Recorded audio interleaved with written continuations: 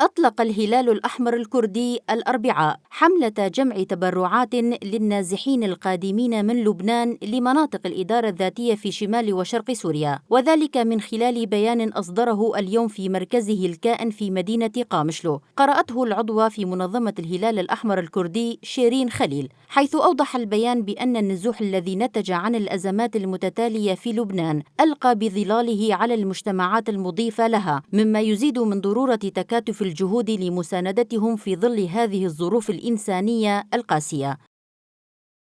ندعو جميع المؤسسات والأفراد إلى المساهمة في هذه الحملة من خلال تقديم التبرعات العينية والمالية. إن كل مساهمة مهما كانت قيمتها تعكس إنسانيتنا وتضامننا مع إخواننا وأخواتنا في الأزمات، والتي من خلالها يمكننا أن نحدث فرقا حقيقيا في حياة النازحين من لبنان ونساعد في إعادة بناء آمالهم ومستقبلهم. في هذا السياق تحدثت العضوة في منظمة الهلال الأحمر الكردي شيرين خليل بأنهم كمنظمة الهلال الأحمر الكردي يتحملون المسؤولية تجاه الفارين من الحرب في لبنان، وإنهم على استعداد لتقديم كافة الخدمات.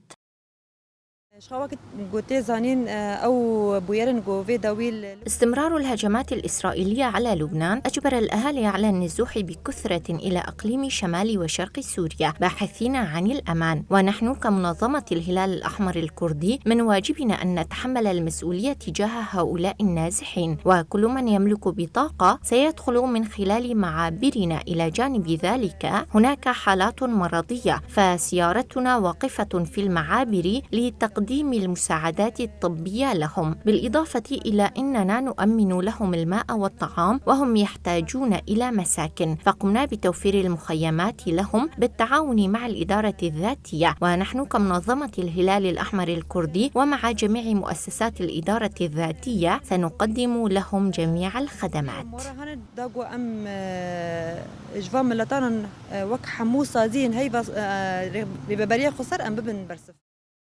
من جانبه أكد الرئيس المشترك لمنظمة الهلال الأحمر الكردي دلقاش عيسى بأنهم يقومون بالتنسيق مع الإدارة الذاتية لتقديم المساعدات للعائدين من لبنان. مشان الشعب يتبرع للنازحين، نحن بدورنا كهلال أحمر كردي نتمنى من الشعب أنه يتوجه لهالخيم مشان نقدر نساعد هالنازحين. حاليا في لنا سيارات إسعاف بالمعابر بمعبر تايها ومعبر الطبخة مشان تقديم المساعدات الطبية للنازحين الوافدين. نحن على تنسيق دائم مع الإدارة الذاتية في حال إذا قاموا بإنشاء مخيم أو وضع النازحين بمخيمات الموجودة سابقا بشمال شرق سوريا. هذا وبحسب برنامج الحملة سيتم فتح خيم ومراكز لجمع التبرعات في جميع مدن إقليم شمال وشرق سوريا.